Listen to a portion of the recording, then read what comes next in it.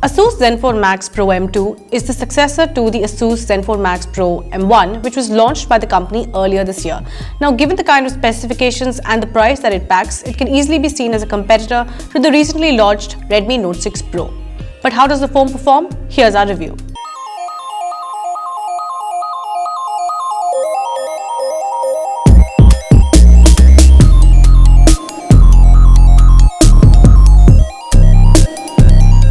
Now, design-wise, the new ZenFone Max Pro M2 comes with a plastic body now, though it has a glass-like finish at the back. However, the phone is not so slippery, even though it is very glossy and prone to smudges. What is impressive is that this phone looks very premium despite the plastic back, and that it feels very light to use, even though it has a 5000 mAh battery on board. This phone comes with a 6.28-inch Full HD Plus display, and this is a good display for watching videos considering that it has a larger screen space. However, I would say that the color reproduction does need some work and it's not the best, especially if I'm pitting it against the competition. In the sunlight, the performance could be better as well. The display does come with a notch on top and you can't turn that off because it runs stock Android. Now, this Pro M2 runs the Qualcomm Snapdragon 660 processor, and our review unit came with 4 GB of RAM, and this one is priced at Rs 14,999. Now, for its price, I would say that this phone performs very well. This device has no issues with multitasking, running high-end games like say Asphalt 9, or even managing a flood of notifications, and it performs very well. The Pro M2 runs Android Oreo 8.1, and this is a stock version of Android, which is very good to see. It's much more of an advantage compared to the Zen UI that I've used in the past on other ASUS phones.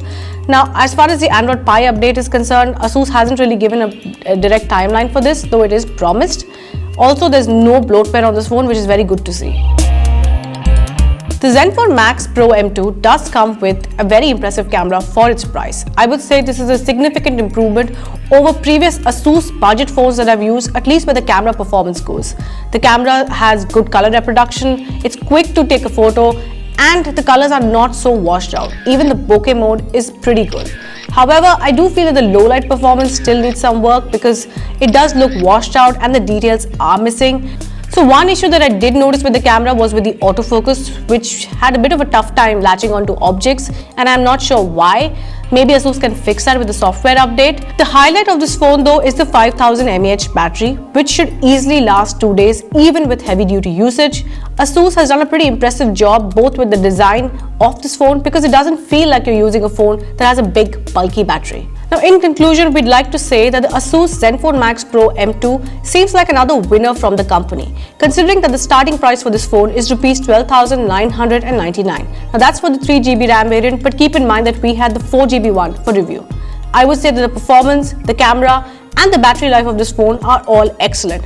However, the display and the camera's low light performance does need some work and tweaking in my opinion. Still, I would say this is a good option to the Redmi Note 6 Pro and the Realme 2 Pro in the market.